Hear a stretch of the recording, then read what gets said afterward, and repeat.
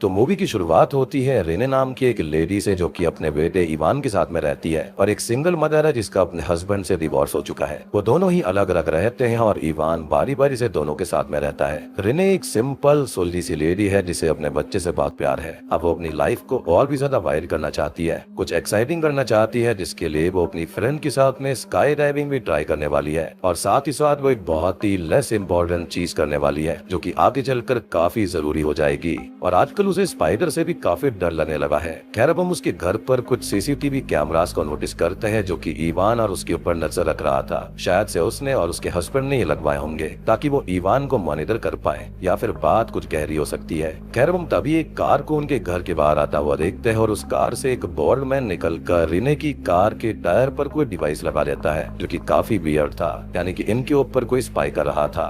खैर अब कुछ ही देर के बाद में रिने इवान को उसके डैड क्लिफ के पास छोड़ना निकलती है और वो दूसरी कार के लोग जिन्होंने उसकी कार पर डिवाइस लगाया हुआ था वो उनका पीछा करने लगते हैं। रिने इवान को क्लिफ के पास छोड़ देती है और उससे थोड़ी बहुत बात करती है। हालांकि उनके बीच के रिश्ते काफी ज्यादा खराब हो गए थे और जो कुछ भी बचे हुए थे वो उनके बेटे ने एक डोर की तरह उनको बांध कर रखा हुआ था। अब रिने वहाँ से निकलती है अपनी फ्रेंड के पास जाने के लिए और वो दूसरी कार उसका पीछा करने लगती है। अब उस कार के लोग एक हाईवे पे आकर किसी से कांटेक्ट करके कुछ पूछते हैं और फिर रिने के कार के टायर्स को बर्स्ट कर देते हैं। अब कार के टायर्स खराब हो गए थे और रिने उसे ठीक करने में लग जाती है और वहीं पर वो कार वहाँ से आगे चली जाती है। अब एक ट्रक आकर उसके पास रुकता है और उसमें से एक आदमी उतर कर उसकी हेल्प करने की बात करने लगता है। उस ट्रक का ड्राइवर भी बाहर आता है और अब खाली रास्ता देखकर वो रिने की हेल्प करने वाले आदमी को इशारा करता है और अब वो दोनों उस पर अटैक करते हैं। वो उसको इलेक्ट्रिक शॉक देते हैं और कमजोर कर देते हैं और उसके फेस पर टेप लगाकर ट्रक के अंदर डाल देते हैं। उनके साथ में एक लेडी भी थी जो कि उसके हाथ पैर बांध देती है, इनफैक्ट उसके पैंट्स को भी काट देती है, ये बोलते हुए कि उन्हें लंबा सफर करना है तो वो पी वगैरह के लिए जरूरी है। अब तभी हम ये नोटिस कर पाते हैं कि वो कार वाले दो लोग भी इनकी ही टीम का हिस्सा है और वो लोग अब रिने की कार को लेकर वहाँ से चले जाते हैं। खैर वो लोग उसे लेकर एक फैसिलिटी के अंदर आते हैं जहाँ पर उसे एक स्ट्रेचर पर बांध दिया जाता है और अंदर ले जाया जाता है। अब वो लोग उसे कुछ टाइम के लिए हॉलवे में छोड़ते हैं जहाँ पर उसको एक और आदमी स्ट्रेचर पर बना हुआ मिलता है और वो उससे कहता है कि इन लोगों को उनकी जरूरत है और वो बस G10-12X याद रखे, जो अभी तो रिने और हमें समझ में नहीं आता कि वो है क्या। और वो एक आदमी आकर उसे वहाँ से ले जाता है। अब रिने को भी उसके वाले रूम में ले जाया जाता है और हम नोटिस कर पाते हैं कि ये फैसिलिटी असल में एक लैब है और एक सर्जिकल बेस का कॉम्बिनेशन है, साथ ही साथ काफी हाईली सिक्योर भी है। अब यहाँ पर एक आदमी होता है और वो कोई पोशन लाकर सबसे पहले तो रिने के चेहरे पर लगी हुई टेप को हटाता है और फिर वो उसकी स्किन की तारीफ करता है और उससे बात करने लगता है, जिससे कि हमको बहुत हल्का सा आइडिया मिल जाता है कि वो लोग क्या करने वाले हैं। वो बोलता है कि यहाँ पर जो भी होगा वो जल्दी हो जाएगा और रिने को ऐसा लग सकता है कि वो सरवाइव नहीं कर पाएगी, लेकिन रिजल्ट से वो बहुत ही अमेज्ड होगी। हालांकि दूसरे रिजल्ट में वो उसे अलग तरीके से हैंडल करेंगे। खैर अब वो वहाँ से चला जाता है और रिने रूम को सभी जगह से देखने लगती है और यहाँ पर बहुत सारे सर्जिकल और लैब इक्विपमेंट्स थे और ये रूम भी पूरी तरह से लॉक्ड था। खैर अब तभी वो अपने पैंट्स के अंदर से एक छोटे से ब्लेड को निकालती है जो कि उसने छुपाया हुआ था और यहाँ पर आने से पहले उसने अपने शू के अंदर उसको छुपा लिया था और वो उसको निकाल कर अपने हाथों तक लाने की कोशिश करने लगती है ताकि वो यहाँ से आजाद हो पाए। अब तभी साइड वाले रूम से किसी की आवाज उसको आती है जो कि रिने से बात करता है और अपना नाम ब्लेक बताता है। वो बोलता है कि वो खुद यहाँ पर बहुत टाइम से बंद है, इवन उसको याद भी नहीं कि कितना समय हो चुका है और ये जो लोग उसे यहाँ पर लाए हैं उससे पहले भी यहाँ 20 लोग आ चुके हैं और कोई तो जो रिने वाले रूम में था वो रिलीज भी हो चुका है। इस पर वो पूछती है कि अगर वो यहाँ से बाहर गया तो उसने किसी को बताया क्यों नहीं कि यहाँ पर क्या चल रहा है और हो सकता है कि वो खत्म भी हो चुका हो। खैर वो G10-12X के बारे में ब्लेक से पूछती है कि आखिर ये है क्या, क्योंकि हॉलवे में उसे किसी ने इसके बारे में बताया था और शायद से इसके लिए ही उन लोगों को यहाँ पर लाया गया है, लेकिन ब्लेक को उसके बारे में कुछ भी नहीं पता था। हालांकि वो ये जरूर बोलता है कि ये लोग रिने के रूम में एक ऐसी चीज लेकर आएंगे जो कि वो नहीं चाहते कि वहाँ पर हो और उन्हें उसके बारे में सब कुछ पता भी है। अब तभी ब्लेक के पास में कोई लोग आते हैं और उसकी आंखों के साथ में कुछ करने लगते हैं और ये सुनकर रिने को और डर लगने लगता है।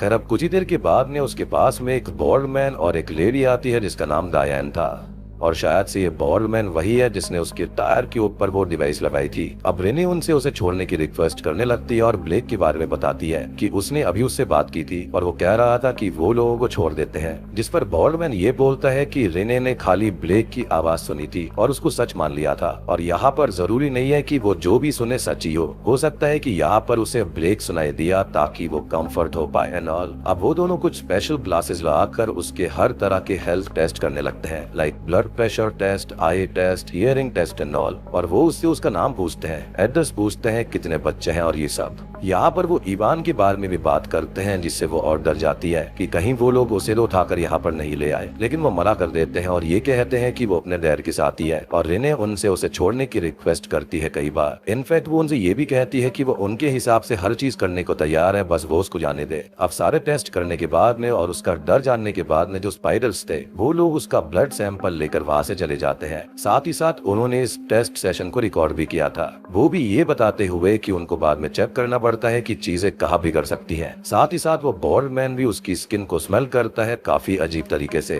अब उसके पास में एक ब्लेड तो था ही जिसको वो छुपा कर लेकर आई थी, जिससे कि वो अपने हाथ के लॉक बैंड को काटने की कोशिश करने लगती है। लेकिन कुछ देर के बाद में वहाँ पर वो दोनों और एक आदमी डॉक्टर रैक्सलन आते हैं और डॉक्टर यहाँ पर रेने से कुछ बात करते हैं कि अगर उनका बस चलता तो वो सीधे चीज वो करते, लेकिन यहाँ पर उन्हें प्रोटोकॉल के अकॉर्डिंग ही चलना पड़ता है। और वो उसे कोई इंजेक्शन लगाता है, ये कहते हुए कि ये प्रोसेस को बहुत फास्ट कर देगा, किसी केमिकल एनकरेजमेंट की तरह। खैर अब रेने को कुछ अजीब से विजन्स आने लगते हैं, जैसे कि कभी इवान के तो कभी उसकी डिलीवरी के, जो कि यहाँ पर वो लोग कर रहे थे। इनफैक्ट उसको स्पाइडर्स के बारे में भी अजीब और डरावने से विजन्स आने लगते हैं। खैर तभी एक और आदमी उस बेहोशी की हालत में उसके पास आता है और कहता है कि उसे यहाँ से जाने दिया जाएगा, वो भी बड़े आराम से, लेकिन पहले उन लोगों को उसकी जरूरत है। और ये चीज हमने पहले भी डॉक्टर रैक्सलन और बाकी लोगों ने सुनी है कि रेने की स्किन सही है और वो इस प्रोसेस के लिए काफी सही है, जिससे थोड़ा तो आइडिया हमको लग चुका है कि ये जो भी हो रहा था वो स्किन से रिलेटेड ही एक्सपेरिमेंट है। हालांकि बात इससे थोड़ी और ज्यादा बड़ी है, जो कि हमको आगे पता चलेगी।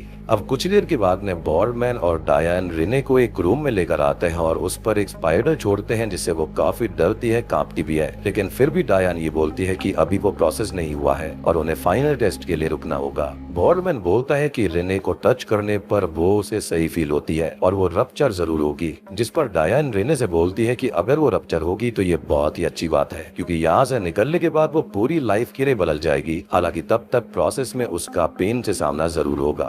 अब वो दोनों वहाँ से चले जाते हैं और रेने खुद को फ्री करके वेंट्स के जरिए यहाँ से बाहर जाने लगती है। खैर अब वो कई रूम्स को देखती है जहाँ पर कई लोगों के ऊपर अलग अलग तरह के एक्सपेरिमेंट्स चालू थे। और स्पेशली नोटिस करने वाली बात ये थी कि उन लोगों पर जो भी एक्सपेरिमेंट्स हो रहे थे वो उनके डर से रिलेटेड थे, या फिर जिस चीज थी वो सबसे ज्यादा नफरत करते थे, या फिर कुछ ऐसी मेमोरीज जो कि बहुत ही भयानक थी और उनसे उनका सामना कराया जा रहा था। लेकिन ऐसा क्यों है, तो इसका जवाब हमको थोड़ी देर में ही मिल जाएगा। अब रेने वहाँ से होती हुई वॉशरूम तक पहुँच जाती है और वहाँ पर छुपकर वो यहाँ के दो वर्कर्स की बात सुनती है, जो कि रप्चर्स के बारे में ही बात कर रहे थे कि दूसरे बेसिस पर रप्चर्स हो रहे हैं, लेकिन वुमेन रप्चर फर्टाइल नहीं है, जो कि उनके लिए एक चिंता की बात ही है। साथ ही साथ हम ऑडियंस को ये भी पता चलता है कि ये एक्सपेरिमेंट जो रप्चर्स के लिए हो रहे थे वो कई जगहों पर चल रहे हैं और हो सकता है कि पूरी दुनिया में ऐसा हो रहा हो। अब रेने इस बिल्डिंग से बाहर निकलने की कोशिश करती है, लेकिन ऐसा नहीं कर पाती। अब वो एक रूम में पहुंचती है जहाँ पर उसे ब्लेक मिलता है और वो अपने फाइनल टेस्ट में था, जो कि था स्नेक को उसके ऊपर छोड़ने का,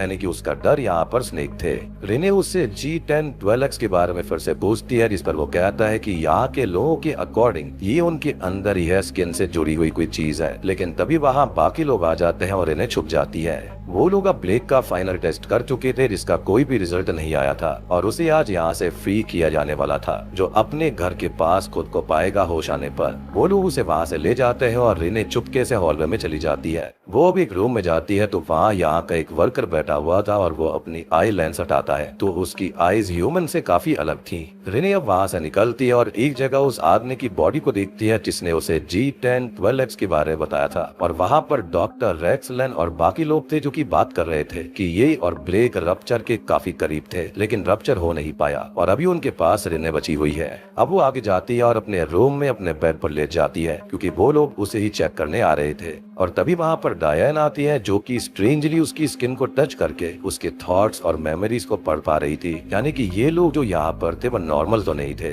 अब वो उसके थॉट्स को पढ़कर ये कहती है कि उसे G10-12X के बारे में जानना है ना, तो वो एक जेनेटिक कोड है, क्रोमोसोम में पाया जाता है, जिसको वो लोग रप्चर कर रहे हैं। जिस पर रीन पूछती है कि रप्चर होने के बाद क्या होता है, और अब डायन अपनी आई लेंस निकालती है तो उसकी आंखें भी ह्यूमन से अलग थी और अब उसका चेहरा भी डिस्टॉर्टेड था, जिसको देखकर रीने बहुत ज्यादा डर जाती है और इसे इंजेक्शन मारकर वहाँ से भागने लगती है। वो एक लैब में जाती है जहाँ पर डॉक्टर रेक्सलैन और बोल्डमैन उसकी ही बारे में बात कर रहे थे कि उसका एग अब उन लोगों के स्पर्म पर रिस्पॉन्स दे रहा है, जो कि उनके लिए एक अच्छी न्यूज है। रेने को यहाँ पर बहुत से लोगों के नाम मिलते हैं जो कि रप्चर हो चुके थे और ये चीज काफी सालों पहले से चल रही है, शायद 100 साल से भी ज्यादा पहले से। यहाँ पर बोल्डमैन समझ जाता है कि लैब में कोई है और वो रेने को पकड़ लेता है। खैर अब उसको होश आता है एक रूम के अंदर और इस फैसिलिटी के सीनियर मेंबर्स उसके पास में आते हैं जिनके नाम टेरेंस और डॉक्टर नाइमन थे। और अब वो लोग पहले तो ये रिवील करते हैं कि उन्हें रेने के बारे में सब कुछ पता है, उसके घर पर लगे हुए कैमरा से जो कि उन लोगों ने ही लगाए थे, और हेल्थ रिपोर्ट से वो सब कुछ उसके बारे में जानते हैं। अब वो सब कुछ रेने को बताने लगते हैं और दोस्तों अभी यहाँ पर खुलते हैं इस मूवी के असली पत्ते।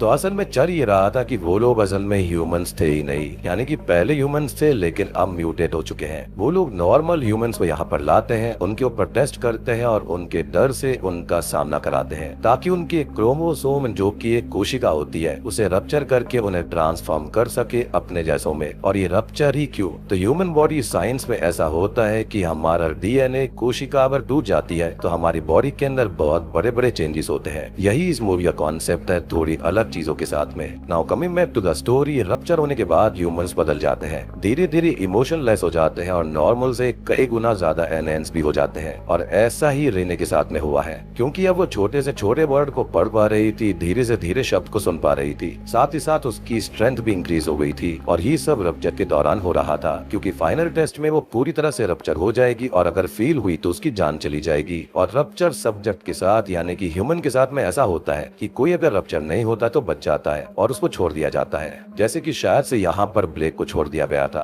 और जो दूसरा आदमी मिला था उसके अंदर रप्चर में फेलियर्स हो गए थे, इसलिए वो वहाँ पर मारा गया था, यानी कि उसके डीएनए में करप्शन हो गई थी। और आखिरी में सक्सेसफुल रप्चर होता है जो कि ये सब लोग हैं। अब आखिरी सवाल ये आता है कि आखिर रप्चर क्यों? तो वो लोग ये इसलिए कर रहे हैं क्योंकि नॉर्मल इंसान वायरस की तरह हो गए हैं, एनवायरनमेंट और अर्थ को खराब कर रहे हैं, इसलिए चीजों को बचाने के लिए उन्हें ऑर्डर को रीसेट करना होगा, सबको रप्चर बनाकर, जो कि अर्थ के रिसोर्सेज भी यूज नहीं करेंगे और एनवायरनमेंट वापस से बैलेंस में आ जाएगा। यानी कि शायद से इन लोगों को खाने पीने की और इन सब चीजों की ज्यादा जरूरत नहीं पड़ती, ना ही उनके अंदर इमोशंस हैं, तो उनको कोई भी मटेरियलिस्टिक चीज नहीं चाहिए होगी जिसके लिए पूरी की पूरी अर्थ को बर्बाद किया जाता है। अब रेने का फाइनल टेस्ट होता है जिसके अंदर उसके ऊपर बहुत सारे स्पाइडर्स डाले जाते हैं और कुछ देर ऐसा करने के बाद में यहाँ वहाँ भागने के बाद बचने की रिक्वेस्ट करने के बाद में वो सडनली नॉर्मल हो जाती है। उसका डर खत्म हो गया था और उसका चेहरा डिस्टॉर्टेड होकर ठीक हो जाता है। मींस वो सक्सेसफुल रप्चर हो चुकी थी, जिससे पेरेंट्स और बाकी लोग काफी खुश होते हैं, यानी कि अब वो उनकी जैसी हो गई थी।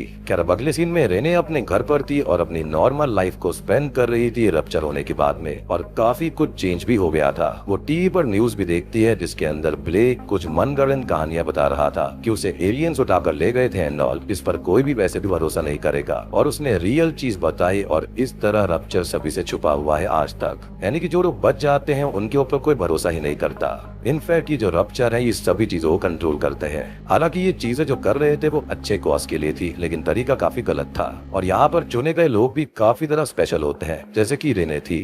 खैर अब वो घर पर अपने बेटे इवान के साथ में थी, तभी वहाँ पर टेरेंस, बोल्डमैन और डॉक्टर रेक्सलिन आते हैं, जो कि इवान को भी रप्चर के लिए ले जाने वाले थे। लेकिन अभी रेने के अंदर थोड़ी बहुत ह्यूमैनिटी बाकी थी और वो इवान को भागने को बोल देती है। खैर अब तभी टेरेंस उससे ये कहता है कि उसके अंदर ये जो इमोशंस बचे हुए हैं वो धीरे धीरे चले जाएंगे और आगे चलकर तो वो न्यू एबनॉर्मल एनहेल्ड ह्यूमन जनरेशन की मदर बनेगी, क्योंकि वही एक लौती वुमेन फर्टाइल रप्चर है। जी हाँ, यानी कि वो पहली ऐसी लेडी थी जो कि रप्चर हुई थी और आज तक ऐसी कोई भी नहीं थी। यानी कि यहाँ पर उनके पास में जो फीमेल रप्चर्स थी वो बच्चा पैदा नहीं कर सकती थी, लेकिन यहाँ पर जो रेने है वो ऐसा कर सकती है, और इसी चीज का उन लोगों को बहुत सालों से इंतजार था। यानी कि अब उनको रप्चर होने के लिए किसी पे एक्सपेरिमेंट नहीं करना पड़ेगा, अब डायरेक्टली यहाँ पर रेने की कोख से रप्चर्स पैदा हो पाएंगे, जो कि बहुत ही ज्यादा पावरफुल और बहुत ही ज्यादा एनहेंस्ड होंगे। इसी के साथ में ये मूवी यहीं पर खत्म हो जाती है। तो दोस्तों ये थी रप्चर फिल्म की कहानी। उम्मीद करता हूँ कि आपको ये जरूर पसंद आई होगी। मूवी थोड़ी सी डिफरेंट है, काफी अलग है, और सबसे बड़ी बात यह है कि ये जो मूवी है ना वो डर को ओवरकम करने वाली फिल्म है। इसके अंदर इनडायरेक्टली ये दिखाया गया है कि अगर आप अपने डर को, अपने फियर को ओवरकम कर लेते हो तो आप एक नए पर्सन बन जाओगे, जो कि काफी ज्यादा कॉन्फिडेंट होगा और काफी बढ़िया होगा। बाकी यहाँ पर सारी थ्योरीज वगैरह मैंने आपको पहले ही समझा दी है कि यहाँ पर हो क्या रहा था। उम्मीद करता हूँ कि आपको ये वीडियो पसंद आई होगी। पसंद आई है तो वीडियो को लाइक कर देना, चैनल के ऊपर नए हैं तो सब्सक्राइब कर लीजिए।